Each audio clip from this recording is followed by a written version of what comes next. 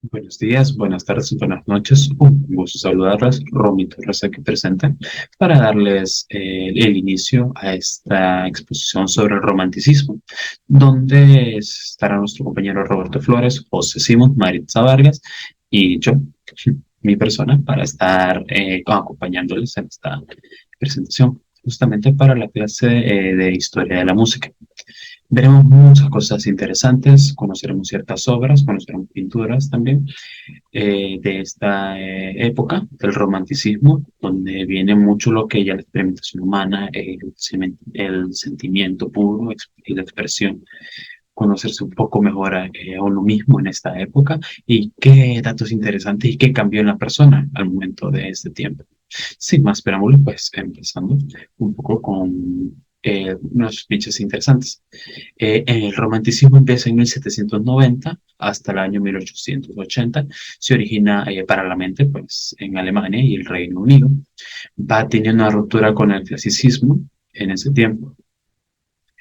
La Revolución Francesa, pues, tiene su posición en 1789 hasta la exaltación de la libertad como tal, algo muy importante para lo que fue la expresión humana. Está lleno de sentimientos, amor e imperfecciones. Época muy interesante para mencionarle al humano, de que no solamente, pues, había que la imperfección ya era hermoso, dando mucho en las pinturas, muchos en ciertas obras, el conocimiento sobre tal, buscando siempre llamar la atención y que nosotros como humanos, en nuestras imperfecciones, somos hermosos, somos grandes. Entonces siempre por medio de la creación, y llegando al punto 5 que el artista era conocido como genio, creador, como Dios, aquel que podía dar forma y dar conocimiento a los demás, y muy atrayente lo que era el arte. O sea, las personas se encontraban muy representadas y algo muy importante para ellos y libertad de pensamiento y el progreso. Esta época fue bastante interesante en eso porque se viene dando, como se mencionó anterior, la Revolución Francesa y el humano va expresándose de maneras más amplias, buscando su propia libertad. En el aspecto social, pues fue un movimiento revolucionario, como se mencionó, impactó bastante en la sociedad de Europa, nació en oposición de la Ilustración y el neoclasicismo, incitó al humano a encontrarse con un mismo espíritu y su instinto, ya que la racionalización abarcaba la sociedad.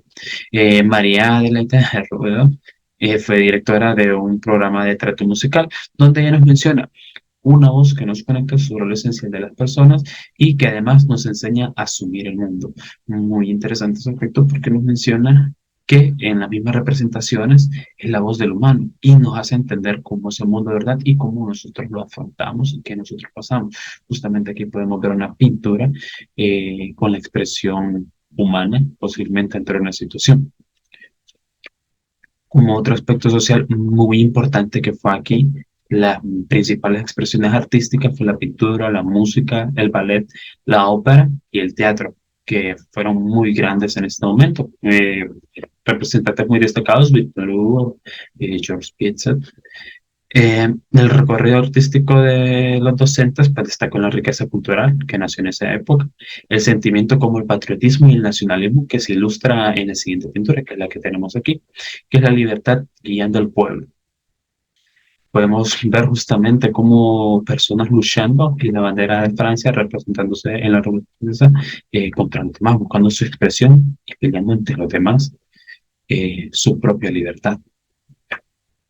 El subjetivismo es un rango intrínseco de este movimiento, algo muy interesante e importante aquí, porque existe el objeto como tal, pero nos menciona que es más importante el sujeto que el objeto, de cierta manera, ya que cierta obra, ya puede ser pintura, música o escultura, va a ser interpretada más por el sujeto, o sea, por nosotros las personas. Puede ser que para una persona sea de una manera, puede ser que para otra persona represente otra cosa. Y eso es lo muy interesante del subjetivismo que se ve aquí. Por eso que es intrínseco, muy propio de este movimiento, porque daba la libertad que la persona diera su punto de vista y sea muy válido. Y aquí tenemos pues Davia en un bosque, Promesas del Norte, Caspar David Frisch, de Alemania de 1809. Y lo pintoresco. La naturaleza se identifica y se define en su estado más puro. En la pintura que tenemos aquí, que son las rosas de Helio Gabriel, Laurens Almanzarela, Países Bajos, 1880, donde podemos ver bastante la gama de colores y sus pigmentos son bastante variados y muy llamativos. Y logra obtener una gran armonía con lo que éramos nosotros, con las personas. Entonces, algo muy característico de aquí, llamando siempre la atención, y hay muchos puntos de enfoque donde uno se puede interesar, haciendo esto que la vista del espectador pues sea más dulce y más llamativo, siempre manteniendo la atención en muchos puntos, e investigando y interpretando de diferentes puntos. Pasaremos con la siguiente. Hola, mi nombre es José Simons y ahora vamos a hablar sobre el romanticismo en la literatura, sobre la literatura romántica.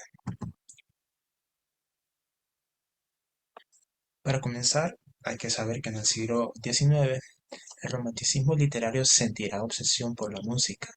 El sentimiento es recíproco, pues como veremos la música se llenará del significado literario.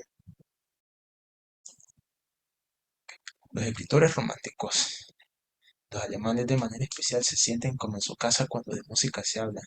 Los músicos, paralelamente, aparecen llenos de inquietudes literarias, sobre todo cuando quieren buscar inspiración. Ellos buscan en la literatura temas de fantasía, temas de mitología y temas sobre el orgullo nacional, que es algo que en el romanticismo se llevó muy en alto. Ahora también tenemos que hablar sobre cuáles eran los temas característicos del romanticismo. Por ejemplo, uno de los más importantes es el amor, la pasión y la emoción. También el, el más esencial fue el de la nación, la historia y el pueblo. Y esto en la literatura era muy importante, sobre todo porque la nación era el tema más recurrente sobre el cual explotó el romanticismo.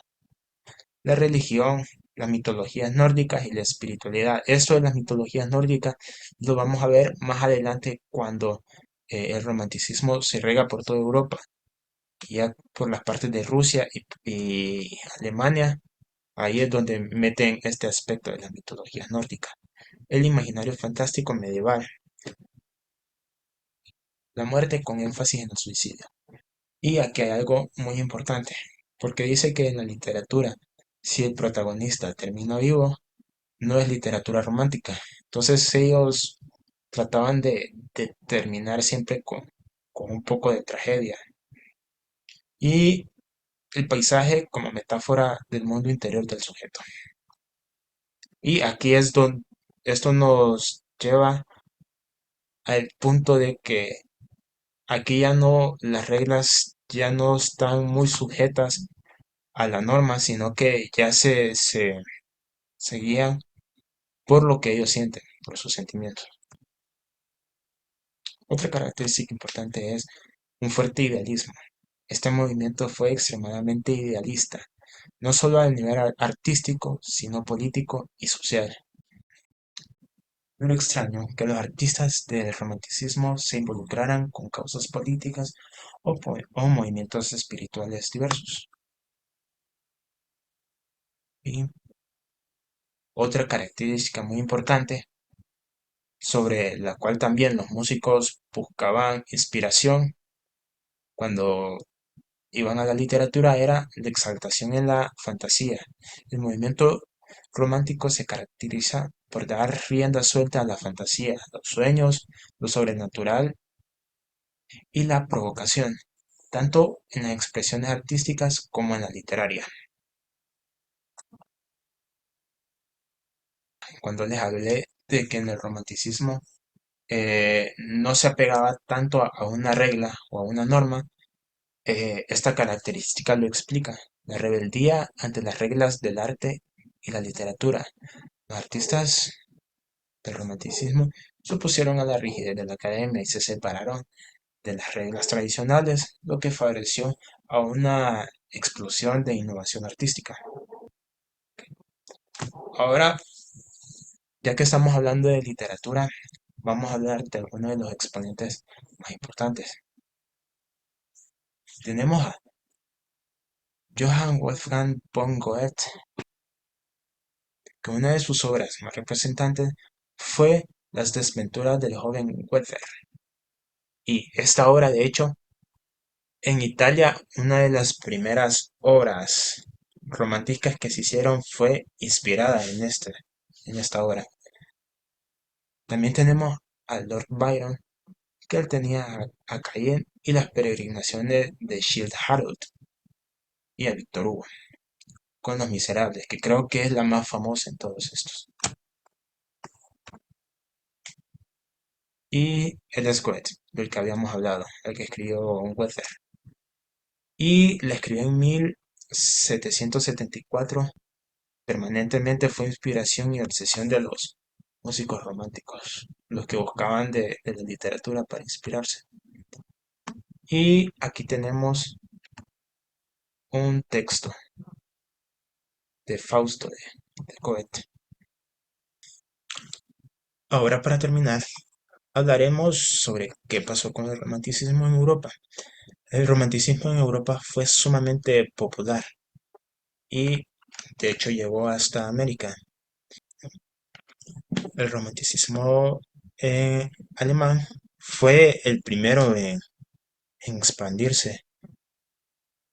Y también tenemos el romanticismo francés, que fue el que tuvo su auge en el siglo XIX y echó mano a las lenguas provenzales y a la tradición francesa previa a la Revolución y al pensamiento racionalista. También tenemos el romanticismo inglés, el español, el italiano, el ruso, que también fue muy importante, y este movimiento luego se trasladó a América. Y también hubo romanticismo estadounidense. De hecho, el más famoso y que llevó la batuta en este momento fue Edgar Allan Poe, y sobre todo por su estilo gótico y oscuro. Y también estuvo en América Latina, en México, en Argentina, en Colombia fueron sus mayores exponentes.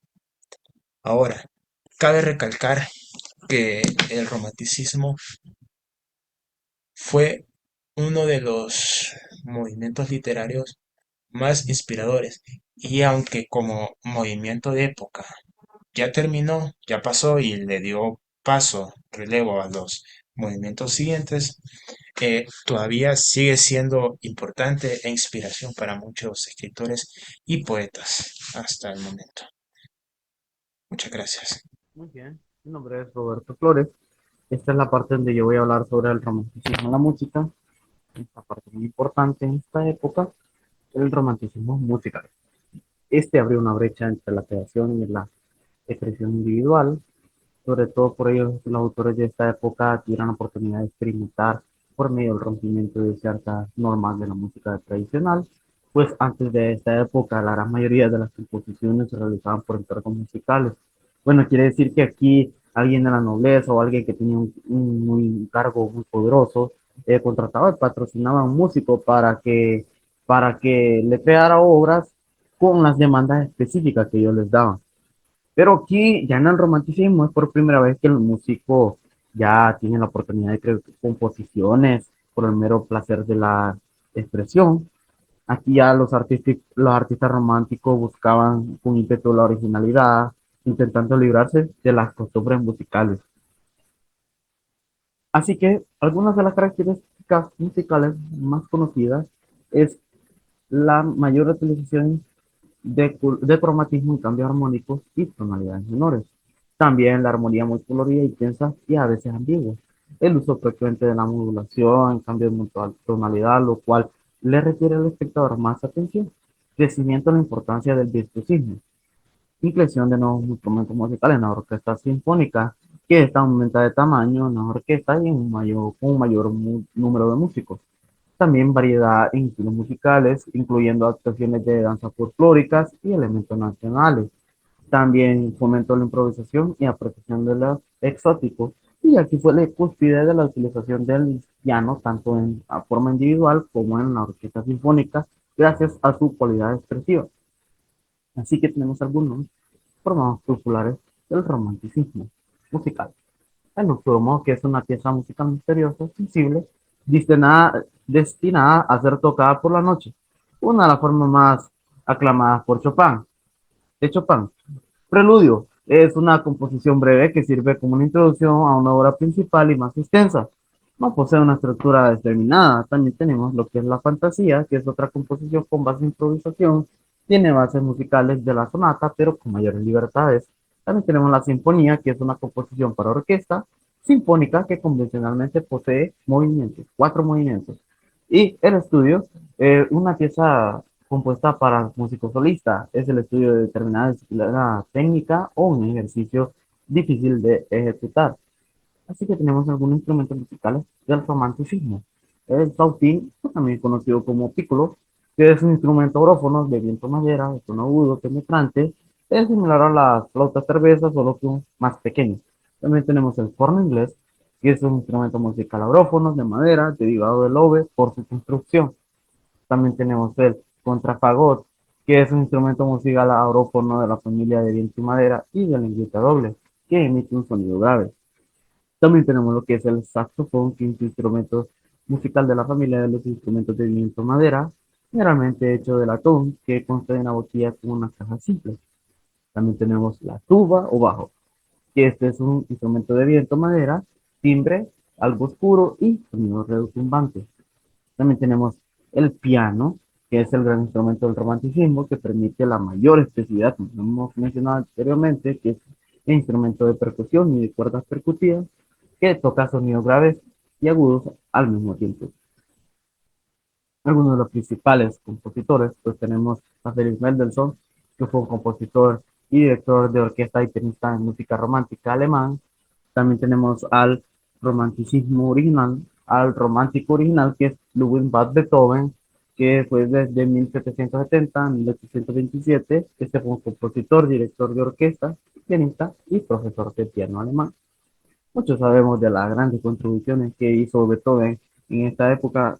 También su obra muy conocida, que es la Morning Night Sonata, que tiene tres movimientos, que es muy famosa hoy en día.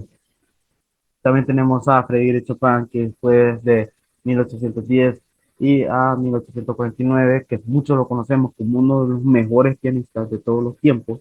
Este fue un profesor y compositor y virtuoso pianista polaco, y este fue el que popularizó ese término del nocturno. También tenemos a Robert Schumann, que fue desde 1810 a 1856. Este fue un compositor, pianista y crítico musical alemán. También tenemos al uno de los mejores, por no decir el mejor, de esta época, que es Franz Liszt, que es de 1811 a 1886. Este fue un compositor húngaro romántico. Fue un virtuoso pianista, como muchos de nosotros sabemos, director de orquesta, profesor de piano, arreglista y seglar franciscano. Tenemos la música vocal en el romanticismo. En el primer lugar tenemos la más conocida, que son Live, que es una canción que es de poca duración para voz y piano, y el texto está en alemán. Está basado en un poema de culto y, y trata también belleza y expresividad. En cuanto a la ópera, este es un género musical teatral en la que una canción escénica se armoniza y se canta. Esta tiene acompañamiento instrumental también. La ópera surgió en Italia y posteriormente en Alemania. La ópera italiana pues crea belleza virtuosa, presencia de coro dramatizado en el canto. La ópera alemana crea poesía, música, teatro y temas mitológicos. Trata temas mitológicos, de hecho. Aquí vemos brevemente algunas de las obras de aquel tiempo.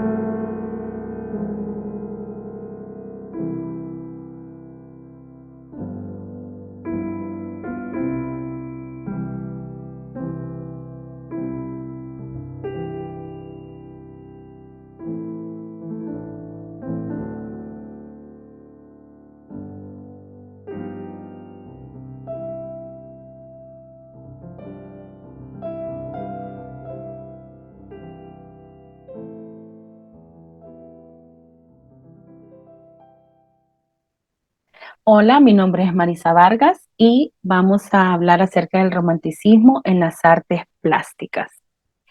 El arte plástico en el romanticismo se caracterizó por expresar los estados de ánimo y sentimientos, el sufrimiento, la soledad, el terror y la utilización de elementos paisajistas eran elementos recurrentes en las pinturas de esta época. Vamos a hablar acerca de algunas características generales. La textura comienza a ser valorada por sí misma, la pincelada es más libre, es más viva y llena de expresividad, desaparece la línea frente al color, un elemento importantísimo era la luz, ellos cuidaban mucho sus gradaciones, los compositores tienden a ser más dinámicos y marcaban bastante los gestos dramáticos. En cuanto a los temas, la característica era la variedad. En esta época hubo un gran descubrimiento, fue la naturaleza y el cultivo del género del paisaje. Las artes plásticas en este periodo tomaron un rol muy importante, ya que en ellas se evidenciaron luchas sociales y políticas de la época, iniciando por la Revolución Francesa. Una vez que ya conocemos estas características, que ya las comentamos ahora, vamos a hablar acerca de los artistas plásticos. Y para eso nos vamos a enfocar en 5 obras maestras del romanticismo. Vamos a comenzar por La Balsa de la Medusa de Theodore Géricault. En esta obra se representa el naufragio de 1816 en el cual murieron numerosos soldados franceses. El artista evidencia un extraordinario manejo del realismo y logra plasmar la conmoción de aquel suceso. En segundo lugar, tenemos El caminante sobre el mar de nubes de Caspar David Friedrich, definitivamente una de las obras más bellas del romanticismo. La nostalgia, la incertidumbre y el drama adornan estratégicamente la obra de Friedrich. En esta obra, como logran observar ustedes aquí en la imagen, está un hombre de espaldas. Esto se hizo con el objetivo de que el espectador se adentrara al cuadro y experimentara la soledad del protagonista. En cuarto lugar tenemos La carreta de heno de John Constable. En tercer lugar, perdón, tenemos La carreta de heno de John Constable. Era un paisajista inglés que le otorgaba deliberadamente un rol protagónico a la naturaleza. Lo podemos ver aquí en su obra, La carreta de heno. En cuarto lugar tenemos La libertad guiando al pueblo de Eugène Delacroix. Se trata de una de las pinturas más representativas del romanticismo y es considerada como un símbolo de arte político. En quinto lugar tenemos El beso de Francesco Hayez. La obra maestra de Francesco no solo permite apreciar la dulzura de la pasión juvenil o adolescente, sino también elementos que reivindican el patriotismo y la relevancia militar. Hemos llegado al final de esta presentación sobre el romanticismo. Se les agradece mucho pues, el haber sido oyentes y sin más ni menos, pues finalizamos. Muchas gracias.